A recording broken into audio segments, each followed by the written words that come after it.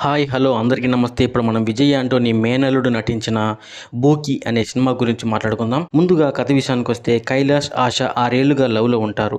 అంతా సాఫీగా సాగుతున్న టైంలో ఒక చిన్న గొడవ జరుగుతుంది. ఆ చిన్న గొడవ కాస్త పెద్దదై నడి రోడ్డుపై ఇద్దరూ కొట్టుకునే స్థాయికి వెళ్తుంది. ఆ వీడియోలు సోషల్ మీడియాలో వైరల్ అవ్వడంతో ఇద్దరి ఈగోస్ హట్ అయ్యి బ్రేకప్ చెప్పుకుంటారు. బ్రేకప్ నుంచి బయటపడటం కోసం కైలాష్ జిమ్, పార్టీలు, ఫ్రెండ్స్ అంటూ తిరుగుతాడు. ఆశ ఏమో ప్రశాంతత కోసం ఆధ్యాత్మికత, ఆశ్రమాలంటూ దారి మల్లుతుంది.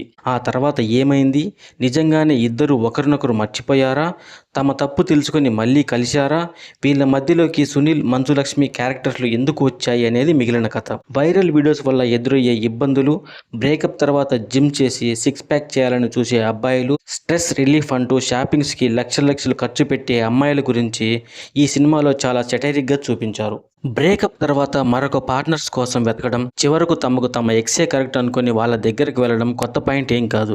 కానీ సీన్స్ అయినా కొత్తగా ఉండాలి కదా. కానీ ఈ సినిమాలో అవేమీ కనపడవు. ఎమోషనల్ డెప్త్ లేకపోవడం అండ్ స్క్రీన్ ప్లే వలన మనకు నీరసం వస్తుంది సినిమా చూస్తున్నంతసేపు. సునీల్, మంచులక్ష్మికి చెప్పుకోదగ్గ క్యారెక్టర్స్ కాదు ఈ సినిమాలో. కానీ వాళ్ళు ఈ సినిమా అసలు ఎలా ఒప్పుకున్నారో అర్థం కాదు మనకి. ఈ సినిమాలో ప్లస్ పాయింట్స్ వచ్చేసి సినిమాటోగ్రఫీ, మ్యూజిక్. ఈ సినిమాలో మైనస్ పాయింట్స్ వచ్చేసి స్క్రీన్ ప్లే అండ్ ఎడిటింగ్. ఫైనల్గా ఈ సినిమాకి నేను ఇచ్చే రేటింగ్ 1.5/5.